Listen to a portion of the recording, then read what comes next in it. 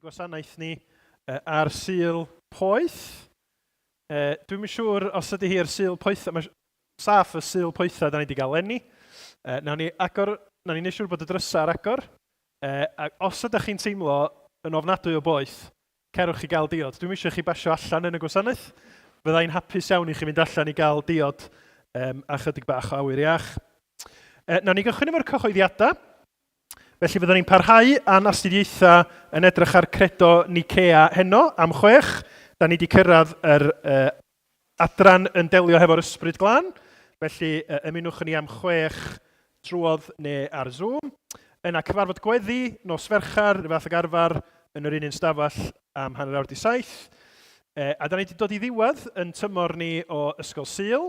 Felly mae yna Ysgol Sul cynradd bore yma, ond fe na ddim Ysgol Sul dy Sul nesaf, a dim wedyn tan mis Medi, a da ni wedi dod i ddiwedd yn tymor ni o glybiau. Diolch i bawb sydd wedi helpu, yn arwain ac yn paratoi ar gyfer yr rheini. Ac felly, dy Sul nesaf, mi fydd gennym ni wasanaeth am 9:10, rhy fath ag arfer. Un peth bach arall o'n eisiau atgoffa chi ohono fo, os o'n i mlaen i'r sleid nesaf, nos Ferchar dwytha, oedd gennym ni gyfarfod gweddi hefo ymwelwyr arbennig Wolfgang a Denise, ac da ni wedi recordio'r cyfarfod gweddi nos Ferchar dwytha. Unrhyw un ohonoch chi oedd yn methu bod fydda'n hoffi clywed hanes Wolfgang a Denise. Mae Denise yn wreiddiol o Rwanda, a mi nath i fyw trwy yr hiladdiad erchyll na ddigwydd yn y wlad honno yn 1994. Mae'n Gristion a mae wedi sgwennu llyfr sydd yn rhannu phrofiad hi o fyw trwy y lladd a'r dial erchyll yn y wlad honno. Sut nath Duw i chynnal i a sut mae Duw hyd yn oed wedi dod â gobaith a goleini o'r sefyllfa dywyll echrydus honno. Mae werth i chi glywed. Os fyddwch chi'n hoffi clywed y cyfarfod gweddi hwnnw, cysylltwch efo fi, mae gen i'r recordiad ond mae'n rhy fawr i basio ymlaen ar e-bost arferol. Felly, os gynnoch chi ddiddordeb, cysylltwch hefo fi. Da ni'n mynd i gychwyn yn mawl bore yma, yn darllen Salm 121 hefo'n gilydd. Athon ni siarad chydig bach am y salm yma hefo criw selar a cyffro nos Wener. O'n i'n meddwl bysau yn addas i ni ddarllen y salm hefo'n gilydd. Felly fyna 2 sleid i fyny ar y wal. Chi ni ddarllen y salm yma hefo'n gilydd. Codaf fy llygaid i'r mynyddoedd. O ble y daw cymorth i mi? Daw fy nghymorth oddi wrth yr arglwydd, creawdwr nefoedd a deiar. Nid yw'n gadael i throed lithro, ac nid yw dy geidwad yn cysgu. Nid yw ceidwad Israel yn cysgu nac yn huno. Yr arglwydd yw dy geidwad. Yr arglwydd yw dy gysgod ar dy ddeheulaw. Ni fydd yr haul yn dy daro yn y dydd, na'r lleiad yn y nos. Bydd yr arglwydd yn dy gadw rhag pob drwg. Bydd yn cadw dy einioes. Bydd yr arglwydd yn gwylio dy fynd a ddod, yn awr a hyd byth. Chyn ni weddio fo'n gilydd. O arglwydd ein Duw, da ni yn plygu o dy flaen di bore yma yn diolch. Yn diolch mai ti ydy creawdwr nefoedd a deiar. Yn diolch mai ti ydy ceidwad Israel sydd byth yn cysgu, byth yn stopio gofalu, byth allan o dy le yn gwneud rhywbeth arall. A da ni'n gweddio arglwydd y byddwn ni'n profi pa mor rhyfeddol ydy gwirionedd y geiriau yr ydyn ni wedi ddarllen wrth i ni droi ata ti bore yma trwy Iesu Grist. Wrth i ni ofyn ar ei ti yn bendithio ni a gweithio'n rymus yn plith ni trwy dysbryd glân. Arglwydd, cynorthwya ni i allu profi yr heddwch, y llawenydd, y diolchgarwch dofn o wybod y byddwn ni'n ddiogel oherwydd be mae dy anwyl fab di wneud. Yr arglwydd Iesu Grist yn ceidwad ni. A da ni'n gofyn y bydd yn amser ni hefo'n gilydd bore yma, yn amser lle fyddwn ni yn cael yn adfywio yn ein ffydd yn yr arglwydd Iesu Grist. Y byddwn ni'n ei weld o'n gliriach, y byddwn ni'n ei garu fo yn fwy tanbaid wrth i ni fyfyrio ar dy gariad di, ar dy ffyddlondeb di, y Duw sydd yn dad, yn fab ac yn ysbryd glân. Bendithia ni trwy'r dydd heddiw, sgweli di fod yn dda. Bydd yn agos at y rhai sydd yn methu bod hefo ni am wahanol resymau. Da ni'n gofyn dy faddeuant di, da ni'n gofyn arglwydd y byddi di'n yn bywhau ni wrth i ni gyflwyno yr amser yma cyflwyno yn gilydd a'n hunain i ti. Yn heiddiant ein harglwydd a'n gwaredwr Iesu Grist. Amen. Dwch i ni ganu felly. Fenaid cod bendithiad y greawdwr, ef yw darglwydd, ef dy gyfaill triw.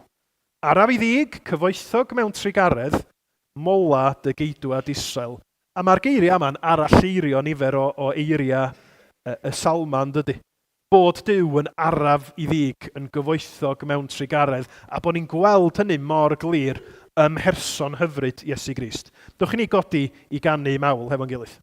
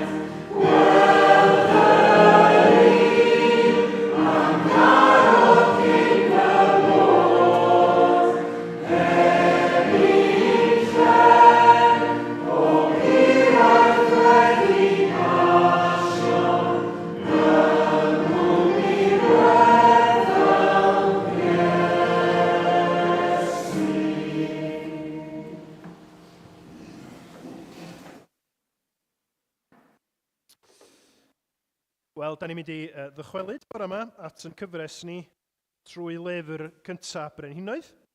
A da ni'n mynd i glywed am 2 ferenyn gwahanol y bore yma. A mae Heledd, y Creswnoli Heledd, yn mynd i ddarllen i ni o 1 Brenhinoedd pennod 15. Diolch.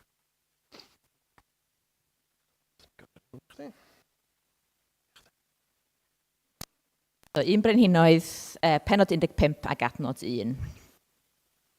Yn y 19fed flwyddyn i'r brenin Jeroboam fab Nebat, daeth Abiam yn frenin ar Juda. Teyrnasoedd am 2 blynedd yn Jerusalem, a Macha merch Abisalom oedd enw ei fam. Dilynodd yr holl bechodau a gyflawnodd ei dad o'i flaen, a'i galon heb fod yn berffaith gywir i'r arglwydd ei ddew fel yr oedd calon ei dad Dafydd. Ond mwyn Dafydd rhoddodd yr arglwydd ei ddew lamp iddo yn Jerusalem, a sefydlu ei fab ar ei ôl a sicrhau Jerusalem, am fod Dafydd wedi gwneud yr hyn oedd yn union yng ngolwg yr arglwydd, heb wyro oddi wrth ddim archmynodd iddo drwy ei oes, ar wahân i achos i'w rei hethiad. Ond bu'r rhyfel rhwng Rehoboam a Jeroboam ar hyd ei oes. Ac onid yw gweddill hanes Abeam a'r cwbl a wnaeth wedi ei ysgrifennu yn llyfr hanesion brenhinoedd Juda. Bu'r rhyfel hefyd rhwng Abeam a Jeroboam. Pan fu farw Abeam, claddwyd ef yn ninas Dafydd, a daeth ei fab Asa yn frenin yn ei le. Yn yr 20fed flwyddyn i Jeroboam, brenin Israel, y daeth Asa yn frenin Juda. Teyrnasodd am 1 mlynedd a 20 yn Jerusalem, a Macha merch Absalom oedd enw ei fam. Gwnaeth Asa ar hyn oedd yn union yng ngolwg yr arglwydd, yr un fath a'i dad Dafydd.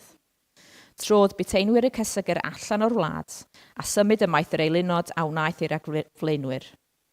At hyn fe ddiswyddodd ei fam Macha o fod yn fam frenhines am ei ddilynio ffieedd beth ar gyfer Asera. Drylliodd Asa ei delw a'i llosgi yn Nant Cydron. Ni symudwyd yr uchelfeydd, eto yr oedd calon Asa yn berffaith gywir i'r arglwydd ar hyd ei oes. Dygodd i dir arglwydd yr addunedau o arian, aur a llestri a ddawodd ei dad ac yntau.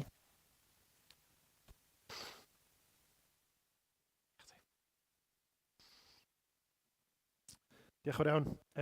Ddiddon ni nôl i edrych ar Abeam ag Asa yn nes ymlaen.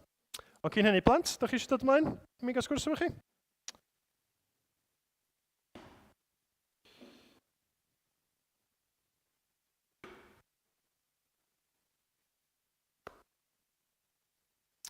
Bore da. Pwy ohonoch chi sydd wedi bod yn mwynhau y tywydd poeth?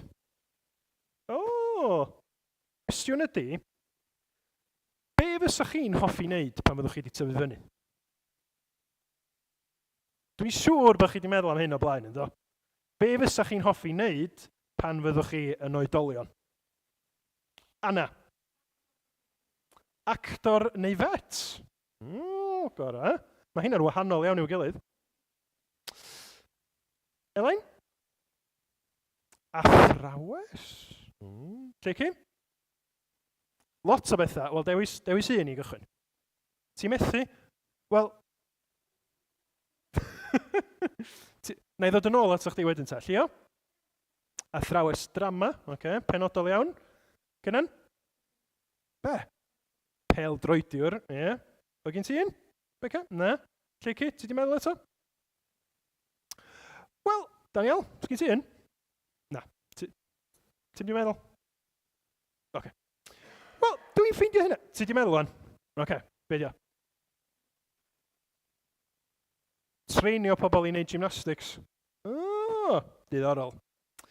Chi'n gwybod, o'n i'm yn gwybod be oeddech chi'n mynd i ddeud rwan. Syniad o Llu a Lleici, achos maen nhw wedi deitha fi. Ond y gweddill o'n chi, o'n i'm yn gwybod. Ond dwi'n ffeindio fo'n ddiddorol bod na neb ohonoch chi wedi deud doctor, nyrs, gweithio mewn prifysgol, gwaith Cristnogol, a nath na ddwy ohonoch chi ddeud athrawon, ond ydy'r rhieni chi ddim yn athrawon. Diddorol bod chi ddim wedi deud bod chi eisiau gwneud be mae rhieni chi yn ei wneud. Neb ohonoch chi yn gweld mam a dad yn mynd i gwaith yn meddwl, dwi eisiau gwneud hynna? Rwy'n eisiau gweithio i'r brifysgol? Na. Gwaith Cristnogol? Na. Be? Wel, drama. Diddorol, achos fel arfer yn y Beibl, mae yna gysylltiad eitha cry rhwng plant yn gwneud be mae rhieni nhw wedi wneud. Os da chi'n cofio, rhai wythnosau nôl, nathon ni'n cael gwasanaeth yn sôn am bysgotswyr. Ar adag hynny, o'n i'n deud wrthych chi, oedd pysgotswyr fel arfer yn pysgota hefo'i tad. A wedyn oedden nhw'n pysgota, oedden nhw'n cael plant, ac oedd plant yn mynd yn pysgotswyr. A dyna be oedd yn digwydd. Oedd pobl yn meddwl bod Iesu Grist yn saer, achos yr un oedd yn ei deulu fo fel tad, Joseph, gwaith Joseph oedd, bod yn saer. A dyna'r arferiad. A mae'r Beibl yn dangos yr dilyniant yna, felly plant yn gwneud rhyw fath â'i rhieni. Ond da ni'n byw mewn cyfnod chydig yn wahanol, lle mae plant yn aml eisiau gwneud pob peth heb law am be mae'r rhieni nhw wedi wneud. Ond yn y darlleniad, da ni newydd glwad, da ni newydd sôn am ddau frenin yn yr Hen Testament. Oedd yn dad a mab. A be da ni'n mynd i fod yn meddwl amdano fo heddiw ydy pwy nath y ddau frenin yna ddilyn. Nathon nhw ddilyn i tad, neu nathon nhw ddilyn i taid neu hen daid. A dyna fydda ni'n meddwl amdano fo. Lle mae'r Beibl yn dysgu ni, mae yna dueddiad yna ni i ddilyn nid y pethau da, ond y pethau drwg. A da chi'n gwybod sut mae yn rysgol, os oes na rwy'n yn torri rheola, yn aml, fydd na nid dim ond un yn gwneud hynna, fydd na ddau neu dri o'i ffrindiau nhw yn gwneud rhyw fath, a mae athrawon yn gallu mynd o flin, ac yn ydych chi gyd wedi torri rheola. A wedyn pan da chi'n cael ffrau, yn aml beth sy'n digwydd, bob mynd, fo nath gychwyn. Wedyn yna bobl eraill i dilyn. Wel, mae'r Beibl yn dweud mae hynna'n wir, nid dim ond i blant yn ysgol, mae wir i ni fel pobl. Mae o'n yno ni fel pobl y duedd yna i wneud beth da ni isio, beth sy'n ddrwg, pechod ydi gair y Beibl amdano fo. A dyna'r patrwm trwy'r Beibl.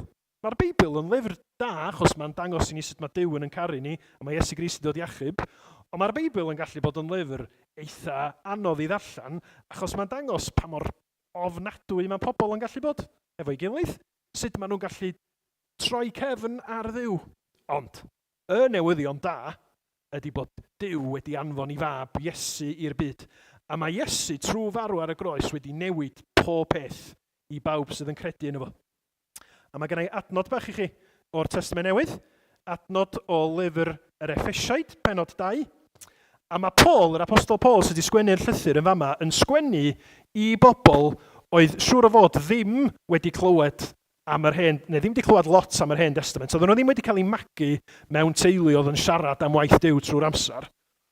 Ond i bobl yn dod o gefndir gwahanol, oedd yn dweud hyd yn oed i chi, os da chi wedi credu yn Iesu Grist, da chi'n cael eich derbyn i fewn i deulu Duw, da chi'n cael profi a ddeiant a chariad Duw trwy Iesu Grist. So, biwch be di'r geiriau. Paul yn dweud, ond bellach, da chi wedi cael eich uno efo'r Meseia Iesu Grist. Da chi oedd mor bell i ffwrdd ar un adeg, ddim yn meddwl am Dduw, ddim yn dilyn gair Duw o gwbl, chi o'r mor bell i ffwrdd ar un adeg wedi cael dod i berthyn, a hynny am fod y Meseia Iesu wedi gwaedu a marw ar y groes. Ac felly, hyd yn oed os ydyn ni yn dilyn yr esiampla drwg o'n cwmpas ni, mae Iesu wedi dod i'r byd i wneud pethau'n iawn, mwyn i ni gael dod yn rhan o deulu Duw am byth. A fo sydd wedi talu'r pris, fo sydd wedi cymryd y bai am yr hyn da ni wedi wneud o'i le wrth iddo fo weidu a marw ar y groes. A dyna pam mae Iesu'n marw ar y groes yn hollol ganolog i newyddion da Cristnogaeth. Fo di'r unig un sy'n gallu newid y drefn o bethau mynd yn ddrwg i waith a hynny'n parhau. Mae Iesu wedi dod i'r byd ac yn cynnig gobaith a bywyd newydd i bawb sy'n trystio yno fo. Diolch moch be di cefndir nhw. Diolch moch faint maen nhw wedi dilyn yn crefn ac yn esiampl drwg. Pobl i cwmpas nhw, neu hyd yn oed i'r rhieni nhw am genhedlaeth a chenhedlaeth. Dyna fyddwn ni'n edrych arno fo yn y Gwasanaeth, ond byddwch chi yn Ysgol Sul. Byddwch. Mwynhewch bendith chi yn Ysgol Sul. Dwi'n diweddio. Da ni'n mynd i ganu emyn ac ewch chi fynd trwodd hefo i roi maddeiant hyd yn oed i ni sydd yn gallu dod o gefndir tywyll iawn. Diolch mae Iesu ydi goleini'r byd. Helpa ni i drystio yn Iesu Grist, i brofi bywyd newydd a maddeiant oherwydd be mae Iesu wedi wneud. Ac i allu edrach ymlaen am yr hyn sydd na i ni fel plant, i Dduw, fel ffrindiau i Iesu Grist trwy'n bywyd. Diolch i ti am y newyddion da. Helpa ni i feddwl amdano fo ac i gredu yn Iesu o ddydd i ddydd. Da ni'n gofyn dyfendith di ar y plant wrth nhw'n mynd i'r Ysgol Sul, y byddi di trwy'r ysbryd glân yn pwyso ni nhw y gwirioneddau maen nhw yn ei glywed. Ac i ni'n ar ei fath yma yn y Gwasanaeth. Parhau'n harwain ni yn dysbryd glân wrth i ni ofyn hyn yn enw Iesu Grist yn ceidwad bendigedig. Amen. Diolch i chi. Diolch i fynd yn ôl i ista. A da ni am ganu am sut mae Iesu yn well. Iesu yn rhagori ar pawb oedd wedi dod o'i flaen o. Iesu ydy'r ail adda, yr adda gwell. Iesu sydd yn gyfryngwr gwell na Moses. A mae'r emyn yma yn mynd trwy nifer o gymeriadau yr Hen Testament ac yn deud mae'r arglwydd Iesu yn rhagori yn well na nhw i gyd. Iesu'r adda...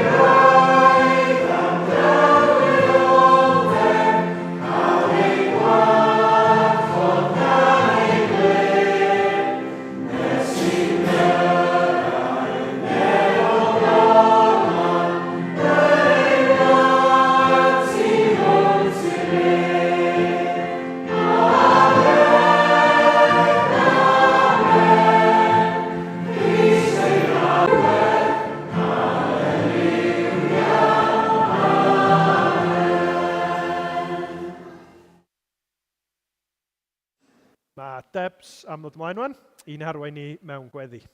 Diolch ti, Debs.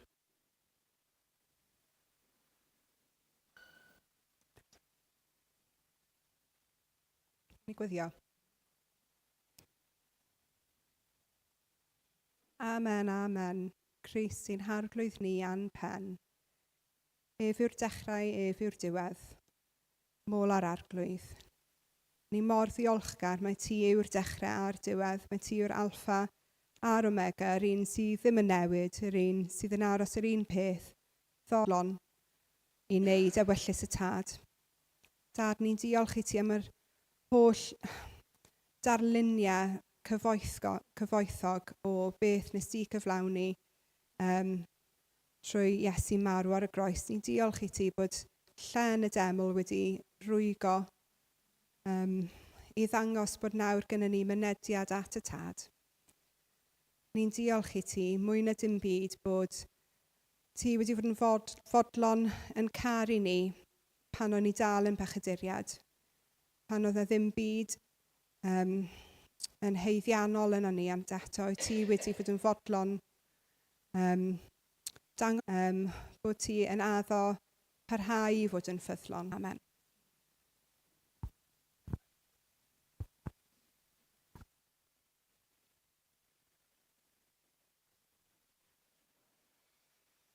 Yn Sbaen. Diogo Jota yn chwarae i glwb pêl-droed Lerpwl, ac ers hynny mae yna filoedd o bobl wedi tyrru i'r stadiwm yn Anfield yn Lerpwl i roi teyrngeda i yr pêl-droediwr yma roedden nhw wedi weld yn chwarae ac yn ennill y gynghrair. A'r hyn sy'n ddiddorol ydy gweld yr olygfa o ddarn enfawr o dir wedi cael ei orchuddio hefo sgarffia, hefo baneri, bloda, a nifer wrth eto, da ni fel pobl yn gwneud hynny. Trwy'r amser. Da ni'n trio crynhoi pethau enfawr a mawr a dwfn i mewn i eiria. A mae'r Beibl yn ei wneud o. Mae o'n gallu bod yn achlysur lle mae yna hiwmor yn gallu cael ei ddangos, hyd yn oed mewn rhywbeth fel caragfedd. Enghraifft, da chi'n cofio be mae'n debyg roddwyd ar garagfedd y comediwr Spike Milligan? Mae'n debyg be sgwennwyd yna oedd geiriau tebyg i I told you I was ill. Neu, yn fwy difrifol ac yn sicr yn sbardun i'r bobl fyw sydd yn gweld y garagfedd, mi oedd na un nodedig yn y fynwant yng Nghapel Coffa Henry Rees yn Llansannan, fel oeddech chi'n mynd mewn o'r ffordd i ddrws blaen y capel, mi oedd na gefn caragfedd hefo'r geiriau yma yn aros yr Iesu i'm codi. Ac o'n i wastad yn meddwl, mae hwnna'n negas mor bwysig i bobl sydd wrth i bywyda yn mynd i'r capel ac yn cael ei atgoffa, dyna be mae Iesu Grist yn ei olygu yn wyneb marwolaeth. Ond yn yr rhan da ni wedi glywed o air Duw y bore yma, da ni'n cael crynodeb, neu 2 grynodeb, o fywyd 2 frenin. Maen nhw'n grynodebau eitha byr yn dydy. Rhan nesa o lyfr 1 Brenhinoedd, da ni'n cael cronolygu i chi a fi. Achos mae o'n digwydd yn aml. Yn yr Hen Testament, mae yna grynhoi lot o fanylion i mewn i dyma'r peth pwysig mae angen gofio. Nad wedi digwydd ymhlith pobl Duw yn does. Mae gogledd Israel a'r de Jiwda, ac felly bob tro da ni'n cael yn cyflwyno o un i un o'r brenhinoedd dydwch yn Jiwda, y ffordd mae'r awdur yn ei gyflwyno fo ydy mi oedd y brenin Jiwda yn byw rhywun pryd â'r brenin yma yn Israel. Ac mae'r brenin yma yn Israel yn byw yr un pryd â'r brenin yma yn Jiwda. Fel petai o eisiau deud, un brenin ddylsan na fod. Un deyrnas, un bobl ydy hein. A pan da chi'n meddwl am un rhaniad, dwi eisiau chi gofio am yr ochr arall. A pan da chi'n meddwl am yr ochr arall, dwi eisiau chi gofio, mae yna 2 deyrnas, mae yna rwyg wedi bod, dim dyna bwriad gwreiddiol Duw. A dyna pam yr ydych chi'n cael y benod yn cychwyn hefo Yn y 19 flwyddyn i'r brenin Jeroboam fab Nebat, brenin Israel, daeth Abeiam yn frenin Juda. Dyna i leoli fo a rhoi y berthynas hefo'r ddwy deyrnas. Teyrnasodd am 2 blynedd yn Jerusalem a Macha merch Abisalom oedd A be nath i dad o? Wel, mi nath i dad o gychwyn rhyfal yn erbyn y deyrnas arall. Mi nath i dad o ganiatáu eilyn addoliaeth fel y clwn ni yn nes ymlaen. Yr hyn sydd yn cael ei ganmol am Asa ydy bod o cael gwarad o'r hyn naeth i geindeidio fo. Dilynodd yr holl bechodau a gyflawnodd ei dad o'i flaen a'i galon heb fod yn berffaith gywir i'r arglwydd ei dduw, fel yr oedd calon ei dad Dafydd. Mae yna bach o ddryswch yn fama dys. Pwy di tad Abeiam?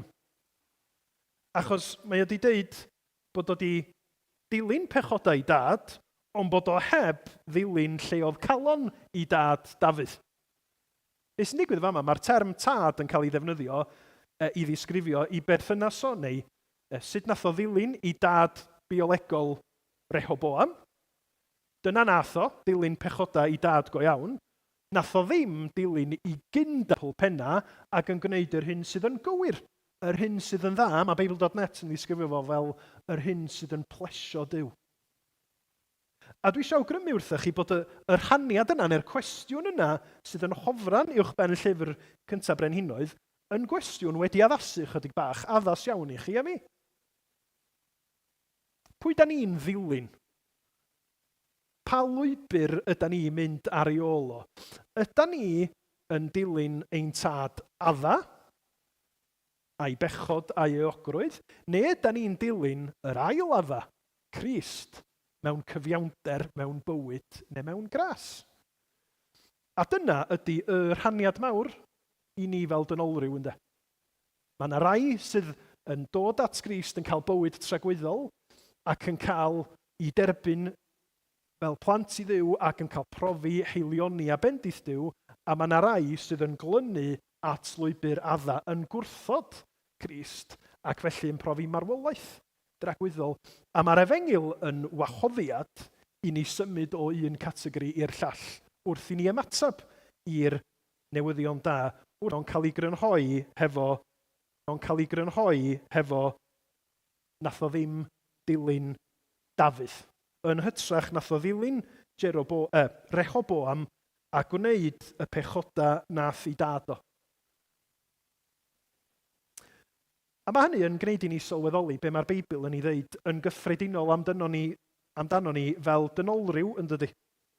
Y term diwinyddol ydy pechod gwreiddiol yn dweud bod o yno ni yn naturiol, yn tueddiad, yn greddfnu ydy pechu. Dim yn greddfnu yn y natur bechadurus ydy gwneud yr hyn sydd yn dda, yn greddf naturiol ni ydy gwneud beth da ni isio. Ond mae o'n gymlath iawn, achos weithiau mae y reddf bechadurus hynny yn gallu'n annog ni wneud da, ond da ni'n gwneud y daioni yna lles ni'n hunin, neu'r mwyn edrach yn dda.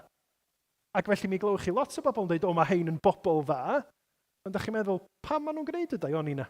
Be di gwreiddyn, be di cyflwr i calon nhw, achos dyna be mae'r Beibl yn dweud, de? Yndi mae o'n mesur gweithredoedd, ond mae'r Beibl wastad yn mynd y ddyfnach ac yn dweud, beth sy'n digwydd yn y galon?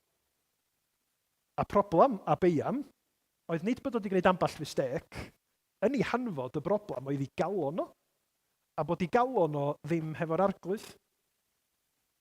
A mae'r Beibl yn dysgu ni na dyna ydy natur yn pechod ni. Ac mae o i weld o genhedlaeth i genhedlaeth mewn pob math o ddiwylliant. Mae o fel yr rhaglenni natur yna. Ydych chi'n gwybod pan da chi'n edrach ar y rhaglenni natur a mae llais David Attenborough, na i ddim trio gwneud y dynwarediad achos sgynna i ddim yr acen posh. A mae David Attenborough yn dangos yr miloedd o anifeiliaid yma yn teithio hefo'i gilydd mewn un criw mawr. A'r term sy'n cael ei ddefnyddio ydy'r herd instinct. Mae un yn mynd, a maen nhw i gyd yn mynd. Mae o ynnyn nhw yn ddwfn, dyn nhw methu peidio, mae'n beryg, ond dyna'i greddf nhw, dyna'i tueddiad nhw. greddf yr haid, maen nhw jyst yn dilyn i gilydd. Mae'r Beibl yn deud pechod ydy'n greddf ni o addau lawr. A does na neb ohono ni wedi cael yn heithrio. Da ni gyd yr un fath, ac mae o'n cael ei weld yn y ffaith bod na ryfeloedd yn digwydd ym mhob gwlad. Mae yna bobl yn gwneud drygioni i'w gilydd i'w hunin ym mhob gwlad ac ym mhob cyfnod. Mi glywch chi weithiau bobl glyfar yn trio dadla bod na gynnydd yn y ddynoliaeth. Bod na rhai democratiaeth sy'n mynd i ledaenu ar draws y byd, mae'n problemau ni yn mynd i leihau, da ni wedi dysgu be di bod yn bobl rwan. Cychwyn y 90au nath o sgwennu'r llyfr. Ond nos Ferchar nathon ni glywed yn 1994 yn Affrica am gyflafan erchyll. Lle nath pobl yn Rwanda rhaniadau gwahanol yn y gymdeithas ladd bobl oedd drws nesau iddyn nhw achos bod nhw wedi cael eu cyflyru bod angen dinistrio pobl oedd yn union y fath nhw, oedd yn byw drws nesau iddyn nhw. A da ni ddim yn sôn am bobl oedd yn byw ganrifoedd yn ôl, da ni'n sôn am bobl oedd yn byw yr un cyfnod a lot ohonoch chi a fi. A dan da chi'n meddwl am derma fel genocide a hiladdiad a rhyfel, da ni'n just yn edrych ar newyddion rwan yn 2025. A mae pobl hefo'r dechnoleg mwyaf advanced a bobl hefo'r gradda wedi cael addysg ryfeddol dal yn gallu defnyddio yr hyn maen nhw wedi gael mwyn dinistrio i cyd ddyn. Mae dal i ddigwydd. Mae drygioni yno ni. A mae'r Beibl yn deud bod hyn yn dod o adda i lawr. Mae adda fel petai o'n cynrychioli ni fel dynoliaeth yn dydi. Mi welwch chi hyn yn cael ei egluro gan yr apostol Paul yn ei lythyr at y Rhufeiniaid. Rhufeiniaid 5:12. Ein dadl yw hyn. Daeth pechod i'r byd trwy un dyn, adda, a thrwy bechod marwolaeth, canlyniad pechod, anufuddod ydy marwolaeth ynddo. Ac yn y modd hwn, ymledodd marwolaeth i'r ddynolryw i gyd, yn gymaint ag i bawb bechu. Nid yn unig mae pechod yno ni, ond mae pechod yn dangos i hun yn y ffaith bod ni gyd yn euog achos da ni gyd yn cyflawni pechod. Chyfo, gymaint ag y bys ni'n licio dweud bai adda dio. Dwi ddim yn... Da ni methu gorffen y frawddeg yn ydyn. Achos da chi a finna'n gwybod da ni'n neud o hefyd. A hyd yn oed i ni fel rhieni, da ni'n gallu rhoi ffrau i'n plant am dorri rheola neu bod yn anifydd, ac wrth i chi roed y cerydd, da chi yn eich meddwl yn dweud, dwi wedi wneud o. Nid yn unig dwi wedi wneud o, dwi'n dal i wneud o. Mae hwnna'n un cymlethdod o fod yn riant, dydy. Da chi'n gwybod na'ch cyfrifoldeb chi ydy ceryddu, a chywiro, a helpu. Ond wrth ddeud hynny, da chi'n ymwybodol bod chi'n teimlo fel rhagrithiwr achos da chi'n meddwl, dwi'n blentyn anifydd i'n had nefol.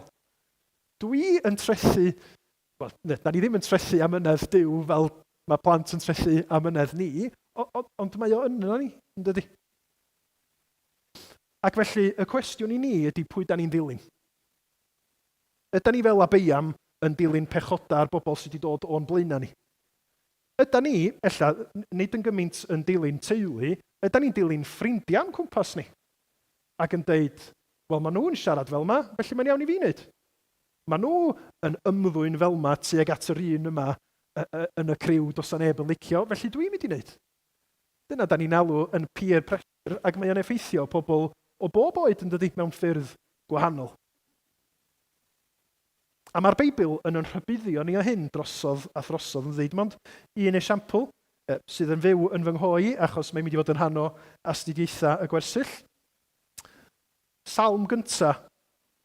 Gwyn ei fyd y sawl nad yw'n dilyn cyngor y drygionus, nac yn ymdroi hyd ffordd pechaduriaid, nac yn eistedd ar sedd gwatrarwyr, ond sy'n cael ei hyfrydwch yng nghyfraith yr arglwydd ac yn myfyrio yn ei gyfraith ef ddydd a nos. Pwy sy'n dylanwadu arna chi a fi? Pwy sy'n siapio yn ymatab ni? Yda ni jyst yn mynd hefo lli y gymdeithas aniwiol o'n cwmpas ni? Yda ni'n dilyn ôl troed teulu sydd â gwerthoedd nad sydd yn dilyn gwerthoedd teyrnas Dduw? Mae o'n her enfawr i ni. Ond, Ac ond ydy pennawd yr ail ben. Yn Abeiam mae gynnon ni y tristwch a'r tywyllwch. Yn Abeiam, da ni'n gofyn y cwestiwn, wel, lle mae gobaith ta? Lle mae addewid Duw os da ni'n cael brenin drwg arall yn dilyn yn ôl troed i dad yn cyflawni'r pechoda yma? Come on, lle mae'r gobaith yn hyn? Mae'r gobaith yn y gair yn cael ei gyflwyno i ni hefo'r gair ond, adnod 4. Na i ddilyn, na i ddechrau adnod 3 a na i fynd ymlaen i adnod 4. Dilynodd, Abeiam di hwn, dilynodd yr holl bechodau a gyflawnodd ei dad o'i flaen a'i galon heb fod yn berffaith gywir i'r arglwydd ei ddiw, fel yr oedd calon ei dad Dafydd, ond, adnod 4, mwyn Dafydd, rhoddodd yr arglwydd ei ddiw lamp iddo yn Jerusalem. A sefydlodd yn ôl, ond mwyn Dafydd, rhoddodd yr arglwydd ei ddiw lamp iddo yn Jerusalem. Di Abeiam i'm yn heiddi cael bendith Duw. Dydy o ddim yn heiddi cael ei gynnal fel brenin, ond oherwydd bod Duw yn ffyddlon i wair, oherwydd bod Duw wedi gwneud cyfamod â Dafydd, mae deyrnas o, mae frenhiniaeth o'n ddiogel yn Jerusalem. A nid yn unig fo, ond mae o'n mynd i gael mab ar ei ôl o sydd yn gwneud dau o ni. Nid achos bod Abeiam wedi fagu fo'n dda, nid achos bod o wedi rhoi rhyw esiampl ryfeddol, dyma sut mae bod yn frenin diwiol, diolch wedi gwneud dim byd o'r fath. Achos bod Duw yn llawn gras. Achos bod Duw gweitha yn methiant ni fel dynoliaeth yn parhau i gadw at i gyfamod. Yn parhau i ymyrryd, i fendithio, i drigarhau, i roi gobaith i ddynoliaeth lle mae'n natur ni, lle mae'n gweithredoedd ni yn hawlio dim byd o gwbl. A dyna lle mae'r newyddion da i weld hyd yn oed yn yr Hen Testament ynde. Dych chi'n cael yr cliwiau bach na, ond mae Duw yn ymyrryd. Ond mae Duw yn cadw i a'n digwydd, a mae gwleidyddion yn gwybod hynny, ac felly maen nhw'n chwarae ar hynny'n dydyn. O'n i'n gwrando ar podcast yn ddiweddar. Podcast oedd yn crynhoi blwyddyn ers i Llywodraeth Lafur Keir Starmer ddod i rym. Ac oedd y podcast yma'n trin a thrafod ydyn nhw wedi bod yn llwyddiannus neu ddim. A be oedd yn ofnadwy o ddifyr oedd sut oedden nhw'n deud, problem fwyaf Keir Starmer oedd bod wedi mynd mewn i rym hefo slogan yn deud change. Dwi'n gaddo just newid pethau. Ddim yn deud sut, yn union. Ond hefo'r addewid yna rath o mewn a gath o fwyafrif enfawr a pobl yn deud gwych, mae pob peth yn mynd i fod yn wahanol. A blwyddyn yn ddiweddarach, mae pobl yn deud, ond ddim yn wahanol, mae'n waith. Ond da chi'n gweld sut oedd y boblogaeth wedi llyncu yr addewid o mae yna lywodraeth, mae yna, dim brenin, ond mae yna brif weinidog newydd sy'n mynd i wneud pethau'n iawn. A da ni'n deud, ia, da ni eisiau gweld hynny'n digwydd. Ac yna da ni'n cael nhw siomi. A mae yna gwyno, a mae yna brotestio, a mae yna orfod delio hefo'r siom o, ond di pethau ddim yn well. Di tlodi ddim wedi lleihau yn sylweddol. Dos gynnon ni ddiaeth berffaith. Mae gynnon ni achubwr cyflawn, ac mae'r llun yna yma yn un brenhinoedd yn tywys ni i feddwl am y ffordd yma Duw yn bendithio yr anghyfiawn ar sail yr un cyfiawn. Dyna sydd yn digwydd, ynddo? Yn adnod 4, ond mwyn Dafydd rhoddodd yr arglwydd ei ddiw lamp iddo'n Jerusalem, mae Duw yn bendithio Abeiam bod o'n heiddi hynny achos cyfiawnder Dafydd. Wel i ni, da ni bechaduriaid yn cael bendith Duw ac yna da ni yn gorffan hefo'r brenin Asa. Sut fagwraeth gafodd Asa? Nid un ddiwiol, nid un lle oedd gair Duw yn ganolog, achos da ni wedi clywed am ei dad o. Ond gwrandwch sut mae Asa yn cael ei gyflwyno i ni. Yn yr 20, adnod 9, yn yr 20 flwyddyn i Jeroboam brenin Israel, y daeth Asa yn frenin Juda. Teyrnasodd am 1 mlynedd a 20 yn Jerusalem a Macha merch Abisalom oedd enw ei fam. Gwnaeth Asa yr hyn oedd yn uniawn yng ngolwg yr arglwydd. Yr hyn oedd yn plesio Duw yn ôl Beibl.net. Yr un fath a'i dad Dafydd. Nath o ddim dilyn be oedd wedi weld ar ei aelwyd. Be oedd Abeiam wedi Asa wedi dewis y tad cywir i'w ddilyn, ac wedi gweithredu yn ôl gair Duw. Ac mae hynny wedi cael ei amlygu yn ei fywyd o'n dydy, fel ac sydd yn wir i chi a finna. Os ydym ni'n dystion cywir i'r arglwydd Iesu Grist, mae o'n mynd i ddangos ei hun yn ein bywyd ni. Mae pobl yn mynd wedi dod yn frenin. Ond oherwydd hi wedi dod yn frenin. Ond oherwydd bod Asa yn frenin uniawn, chi'n gwybod beth mae o'n neud hefo'i nain? Mae'n rhoi kick-out iddi. Mae'n rhoi kick-out iddi achos bod hi wedi bod yn annog eilyn addoliaeth yn codi rhyw gerflyniau i Asera a un o'r duwiau eraill. A mae Asa, achos bod o'n frenin sydd yn dilyn Duw, yn gwneud y peth anghyffyrddus ac yn confrontio i nain ei hun. Ac i ddeud hynna mae'n iawn, ffwrdd ati. Chi'n meddwl sy'n ein hawdd? Dwi'n meddwl. Ond i dilyn Crist, dim yn hawdd. A mae dilyn Crist weithiau yn achosi gwrthdaro mewn teuluoedd. Ond da ni i wneud o achos dyna be mae Duw yn ein galw ni iddo fo. A dyna beth sy'n dangos bod y Duw byw yn gweithio ymhlith i bobl. Nid theori ydy'r Efengil, mae o'n trwy gredu'n Iesu Grist, mae'n dod â bywyd newydd, ac mae'r bywyd newydd yna i fod i gael ei ddangos yn glir. Ac wrth gwrs, be da ni'n weld yn mywyd Asa ydy bod o wedi torri yr llinach yna o frenin drwg, a wedyn brenin drwg, a brenin drwg. Mae o'n frenin sydd a'i galon hefo'r arglwydd, ond diolch yn berffaith. Os darllenwch chi i ddiwedd y benod, mi welwch, a'r benod nesaf, mi welwch chi bod na dal un neu ddau o bethau mae o'n neud o'i le. Mae o'n parhau yr hyfel hefo y deyrnas arall, a mae o'n cael ei demtio i lwgwr o brwyo mwyn cael ei ffordd ei hun, ond eto mae galon o hefo yr arglwydd.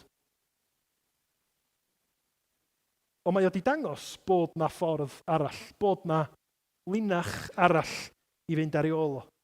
Ac i chi a fi, yr arglwydd Iesu Grist ydy ond.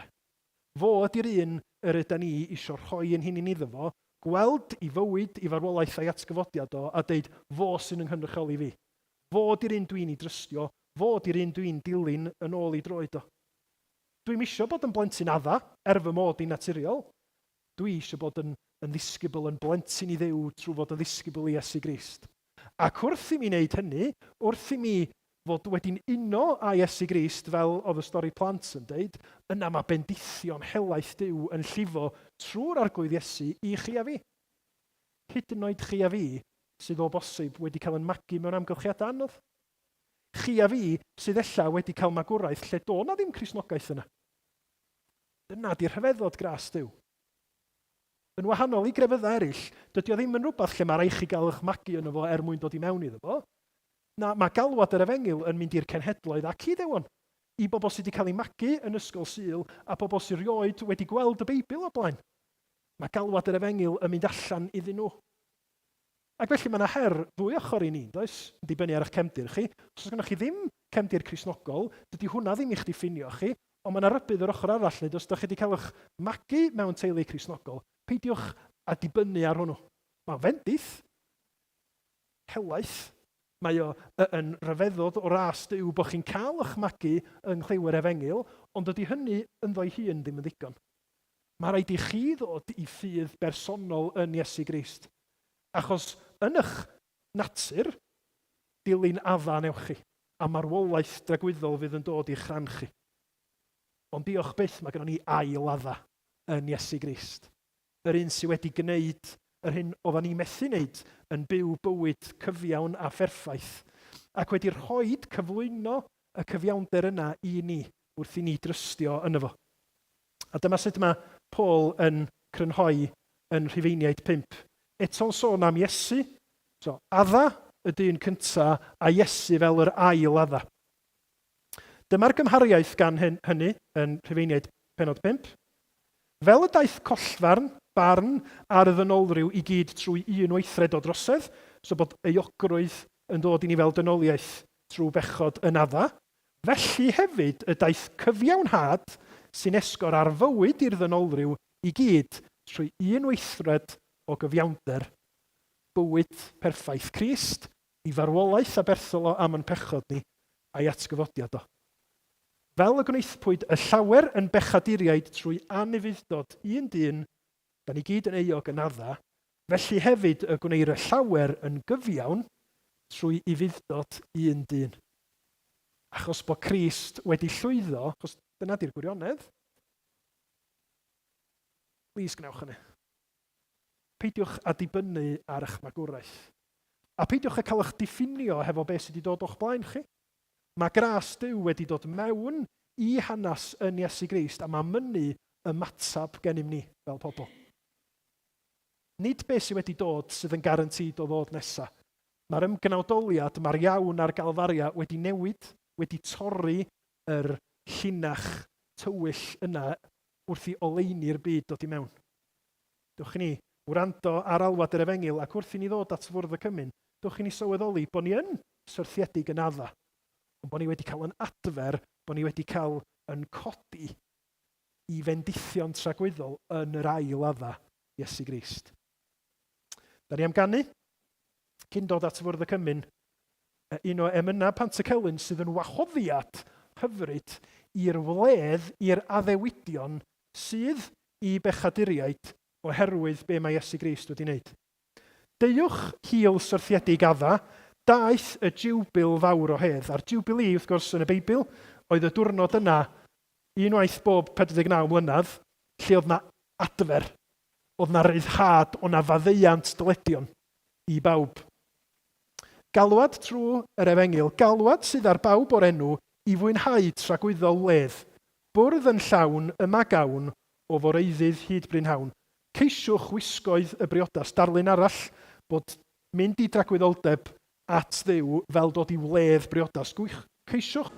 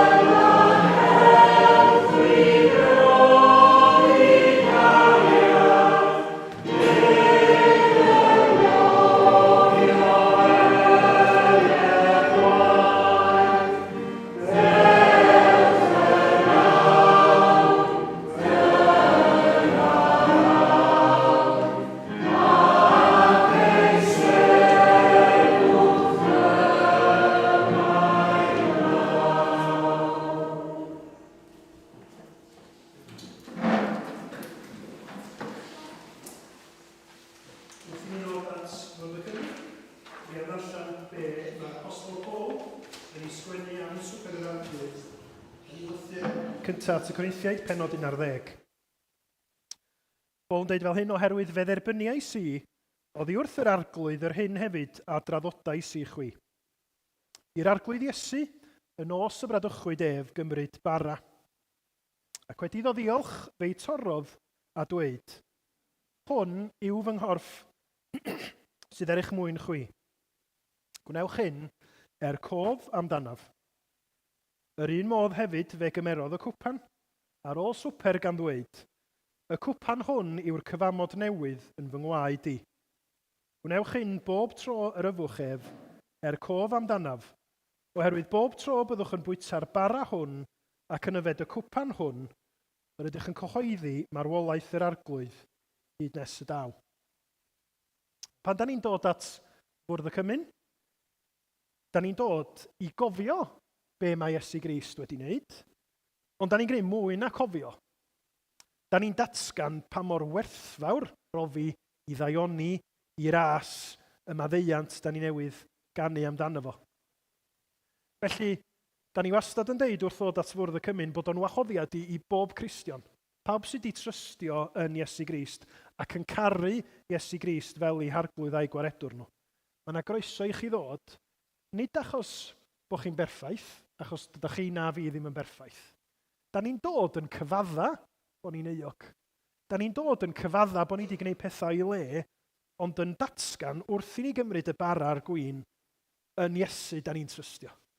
Fo sy'n gwneud fi'n iawn hefo Duw, fo sy'n rhoi gobaith i mi, fo sy'n rhoi bywyd i mi. Ac felly, da ni'n dod yn ostyngiedig, da ni'n dod yn cydnabod, ond da ni eisiau dod yn ddiolchgar yn gweddio y bydd yr ysbryd glân yn cyfoethogi ac yn byw hau yn ffydd ni, wrth i ni droi yn meddyliau at y groes, at gariad Duw, a bod hynny wedyn yn bwydo ni i fyw mwyn Iesu Grist am yr wythnos sydd o'n blaena ni. Felly, mae'r Beibl yn pwysleisio bod ni ddim i wneud hyn yn ddifeddwl, bod ni fod i gymryd o ddifri, a dyna pam y byswn ni'n annog, os nad ydych chi'n credu yn Iesu Grist, peidiwch a cymryd y Cymun, ac i chi ei ieuenctid, fyddai wastad yn deud siarad efo'ch rhieni, nid achos bod yna orfodaeth yna chi naill ffordd neu llall. Da ni eisiau i chi fod yn wedi meddwl amdano fo ac yn trafod y peth efo'r oedolion sydd hefo chi, achos mae o'n rhywbeth mawr i gymryd y bara'r gwyn, ac mae o'n rhywbeth sydd eisiau ni i feddwl yn ddwys amdano fo. Dwi'n mynd i weddio, mi nawn ni rannu y bara a'r gwyn i ni gydfwyta a chydyfed, a tra byddwn ni'n rhannu'r bara a'r gwyn, mi fyddwn ni'n canu emyn sydd yn sôn wrth edrych Iesu ar dy groes, a be mae croes Iesu Grist yn ei olygu i ni. Ond dwch i ni weddio i ddechrau. O arglwydd ein Duw, da ni wrth dawelu o dy flaen di rwan yn gofyn am dy help di, yn gofyn am arweiniad dysbryd glân i ni gael yn bwydo a gras a chariad, i ni fod yn ymwybodol dy fod ti yn Dduw sydd ar waith yn bresennol, ynom ni sydd yn credu trwy dysbryd. Da ni ddim eisiau sôn am bethau sydd yn bell i ffwr, da ni eisiau arglwydd credu yno ti sydd yn Dduw sydd yn ymwneud â ni, sydd wedi'n caru ni, sydd yn caru ni, ac fydd yn caru ni i dragwyddoldeb. Diolch i ti am yr arglwydd Iesu, am ei aberth o, arglwydd, da ni eisiau dy drysori di yn fwy ac yn fwy bob dydd. Maddau ni bod ni'n gallu bod mor styfnig. Maddau ni bod ni heb feddwl yn gallu dilyn ymhechod adda ac yn euog ddydd ar ôl dydd. Ond diolch bod na chybiaeth, bod na faddeuant, bod na gyfiawnder i ddod i ni, ond trwy Iesu Grist, oherwydd i aberth, oherwydd i fod o wedi concol dyfnder dangau loes. Pryd hyn rwyf yn dibrisio'r byd a'r holl ogoniant sy'n ynddo i gyd.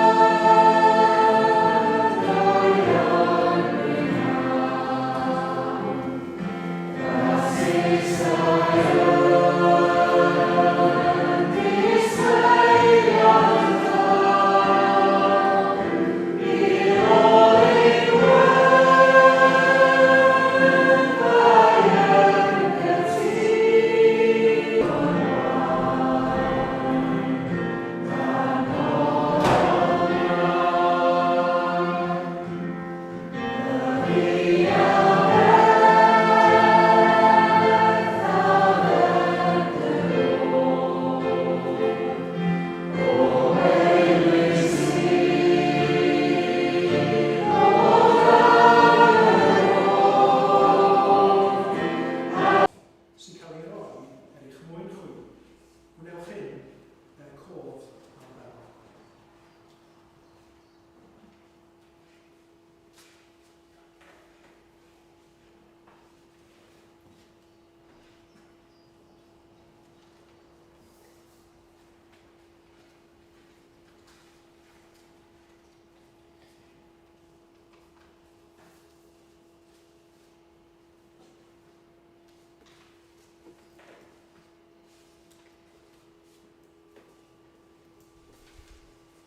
Gwaredodd ni o afael o tyllwch, a'n trosglwyddo i deyrnas ei amlwg dda.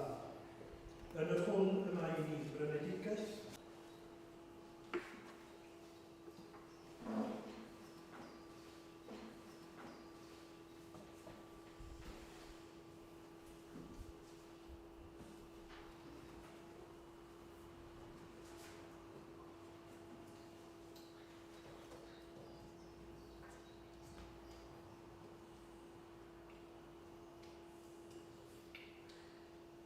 rydym ni i gyd wedi crwydro fel defaid, pob un yn troi i'w ffordd ei hun, a rhoes yr arglwydd a'r nef ein beiau ni i gyd.